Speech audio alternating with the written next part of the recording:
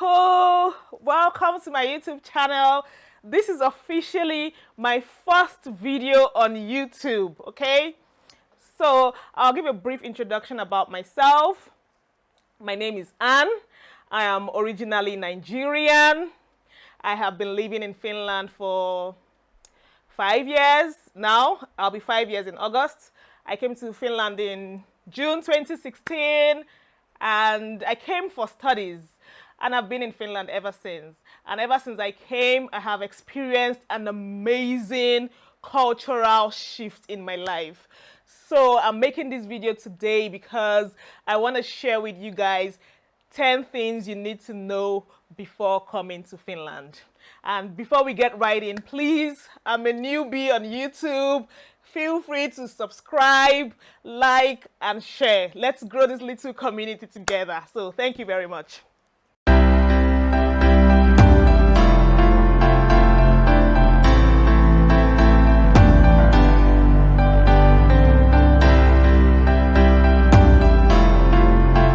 Back to my experience in Finland, okay? So 10 things you need to know before moving to Finland and 10 things that I didn't actually know before I moved to Finland. The first thing on my list is recycling. Guys, recycling in Finland is gangster, okay? So the Finns recycle anything. The recycling system is very efficient. And I know that this is like something that will be familiar with other European countries, but where I'm from is not necessarily the same thing. Okay, so in Finland, apart from trash, like rubbish, by recycling, I mean bed sheets, home items, clothing, shoes. There are places that you will go and put your old clothes, your old shoes, and they will be recycled. So you can even take, for example, used clothes to the store, and then you can get a voucher in some stores though. So it was something I found very, I don't know, because I didn't actually know about it when I first came to Finland, okay? Apart from like glass bottles, the cans and the plastics, and you even get money from recycling those ones. There are many second-hand stores in Finland. There is even like an online second-hand store, not even one. There are so many places online where you can get second-hand stuff. There are different Facebook markets, and it's normal for people to patronize second-hand stores. So it's not like in Nigeria where there is poor people or low-income earning people that patronize second-hand. Here in Finland, anybody can buy anything second-hand, and you can show it off on social media. So it doesn't necessarily mean that you're broke or you're poor. You're actually like trying to save the planet by recycling. People encourage recycling. People encourage buying used stuff.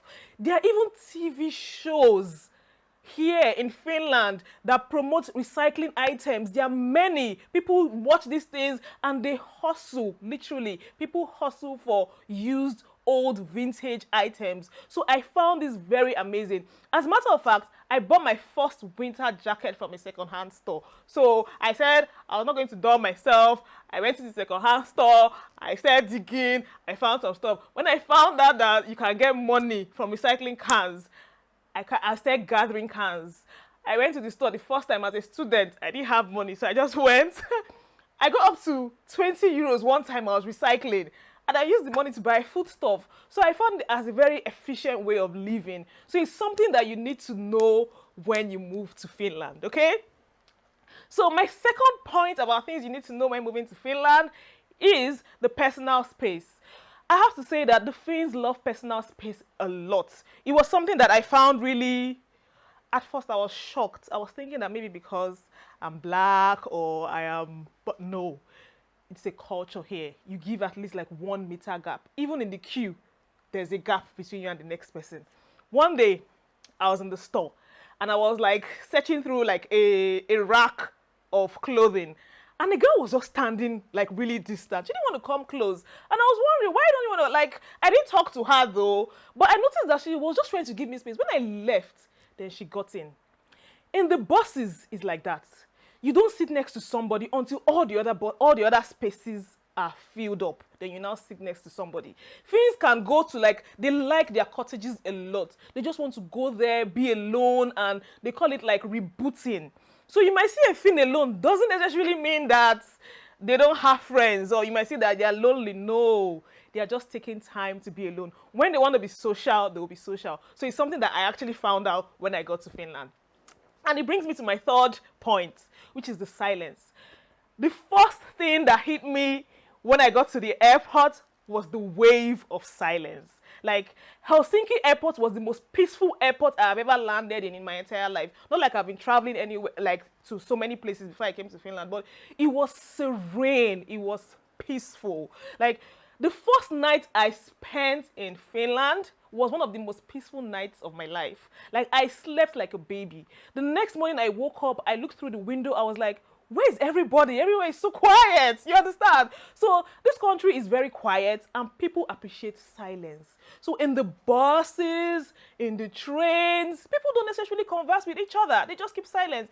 You know, there's a saying that you and somebody can use the same bus every morning, the same time for 2 years, and you would never talk to the person. But you know that this person uses the same bus with you. So I don't know, but it's a culture here. People don't necessarily talk. You are in the same room waiting in the train. They are just quiet. They are not the talkative kind of people. So it was something I found really interesting.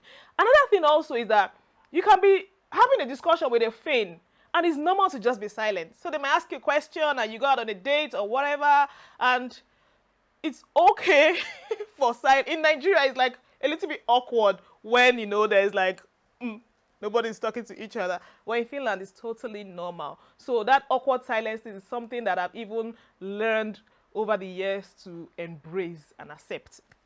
And it brings me to my fourth point in Finland, is the queuing in Finland. The Finns can queue. By queuing, I mean that the Finns are patient people. Like, they will queue to the end of the world. If it's something free, they will queue. If they have to pay, they will queue. If the whole snow is falling in the world in Finland, they will queue. If it is raining, they will, like, Finns are so patient, and I respect that a lot. There was one day in Tampere, I was late to lectures, and it snowed. For some reason, the buses are actually never late, but this bus was like maybe 2-3 minutes late, and I already like estimated the time that the bus will come and the time that I'll get to school. So I was at the bus stop, and when the bus came, the Nigerian immediately just told me, okay, jump in. And then people were looking at me like, where is she from? You know, I just respected myself. Something just came over me and I just went to join the queue. Because in Nigeria, if people are queuing, it's like there's a sense of scarcity or there's something, you know, but for buses, usually, we don't usually queue. People just jump in and jump out. Depending on the situation, though, of course, there are places where people queue. But in Finland, it is amazing. They queue for everything. It is also like a sign of organization because they are very organized. They believe that there's a process for everything. So there is not a hurry. Now, the fifth thing that I found out when I came to Finland was the nakedness. That took me like, wow. Because where I'm from, nakedness is a thing. You know, like nakedness depicts some kind of sexual, I don't know how to explain it. But here in Finland, it's nothing. Especially in the sauna, that's what I'm talking about. Because in Finland, saunas are like a place where Finns go to relax. They also use saunas to celebrate, for example, in parties, in like if there's any events, there's usually a sauna. Most homes here have saunas. If you don't have a sauna in your apartment, there's usually a sauna in the building. Even offices have sauna. So they love the sauna a lot. There's Christmas sauna, of course, there's midsummer sauna, and they always want to, you know, have fun and spend time in the sauna, but they spend time in this sauna totally naked. The first time that I was supposed to go to the sauna, I had to take my swimming suit because I already assumed automatically that I needed a swimming suit. And then when I got there, they were looking at me strange. You don't need it because I saw people naked. Like, nobody even looks at you in your body. Nobody cares. Like, everybody is just on their own. Of course, there are specific saunas for like genders, like maybe female sauna and male sauna. But like in the female sauna, it's okay for even the women to come in with their children. So families, they go together in the sauna. You're in the sauna with your parents. Your mother and your father is naked. I was talking to a Finnish friend and she told me this. And I talked to another Finnish friend that told me, yes, it's normal in the sauna, in the office rather. You can go to the sauna with your colleagues. So you're working after work, you're like, okay, sauna day, and everybody just go to the sauna. So the female colleagues and the male colleagues, and then you guys are all naked together in the sauna, and they don't take it as anything. And it was something I was like, oh, wow. So my other point that I'm going to talk about, it leads me to the sixth point, ice swimming in Finland. Ice swimming is when people dig a hole in the frozen lake and they take a dip in the lake. And when I heard about this, I was like, is it not cold enough already in Finland? Like, why would people want to, like, you know how the temperatures in Finland is, and then you still want to go into like a frozen lake? I was taken aback, and they explained to me, and it's from that they said, okay, it's actually from the sauna, that you go straight from the sauna, and the water is not actually as cold as the weather. So usually when it's about, for example, let's say if it's frozen temperatures like -2 or -degrees, usually when you dig the hole in the water will be about 4 degrees. So if the water is not frozen, it's usually about 4 degrees. So the water actually is usually warmer than the weather. That's what they said. And they also have some kind of like health benefit explanations for it. But I have to say that I haven't really tried it. I haven't had the liver yet to try it. Okay. So my 7th point actually in Finland will be female power. So in Finland, the first bus I got into was driven by a woman. The first train I got into was driven by a woman. The metro, the tram, in the airport, there are police women. Of course, there are police women in Nigeria, but the level of female power here is on another level, okay? Like, even in my apartment, there was a time it snowed, like the tractor or the plow that comes to plow the snow around your apartment was driven by a woman. You know, there are female plumbers here, there are female painters here, like, I was like, wow, wow, wow, wow. And I also heard that Finland was the first country in the world to give power to women to vote. So in Finland, for example, you can be anything you want to be. So if you've had any dreams or aspirations, and then you've always felt that it's like a man's profession, in Finland, there's nothing like that. As you know, presently, the present Prime Minister of Finland is actually a woman. So that's another interesting point to note. And it brings me to my 8th point, which is the coffee culture in Finland. Oh my goodness, like the Finns drink coffee for the world. I'm not exaggerating. The Finns are the highest consumers of coffee on the planet. So they say an average Finn can drink up to 12 kilograms of coffee in a year. Like in the morning, in the afternoon, in the night, midday, like coffee is, when you go for a party, like they're celebrating graduation party. I wrote about this in my blog. So please click down and go and read my blog when I wrote about my first event in Finland, okay? So you go for a party in Finland, there's coffee. An event, expect free coffee. When I first came to Finland, it was free coffee event, free coffee event. Like, we produce coffee in Nigeria, quite all right, but we don't necessarily drink coffee. But coffee is a thing. Like, it is hard for you to ask or offer coffee to a Finn and they'll tell you no. So even in their offices, for example, there's usually free coffee. They sell coffees in the cafes. Okay, but the Finns will still, and they have coffees in their homes, like in the stores, and but Finns will go out and drink coffee. Like coffee is almost like, you know, a means of celebration here. So that's a very good point that I found out when I came to Finland. Then another thing I noticed when I came to Finland was the classlessness in Finns. I found that very humble spirit, but the classlessness, like classless, excuse my blutter, like it's a very classless society in Finland. The gap between the rich and the poor is very narrow. I don't even think that there is a gap between the rich and the poor, but you will not even know because there are, of course, high-earning individuals here and there are lower-earning individuals here, but there is no gap. Like there is no evident gap that you can actually see.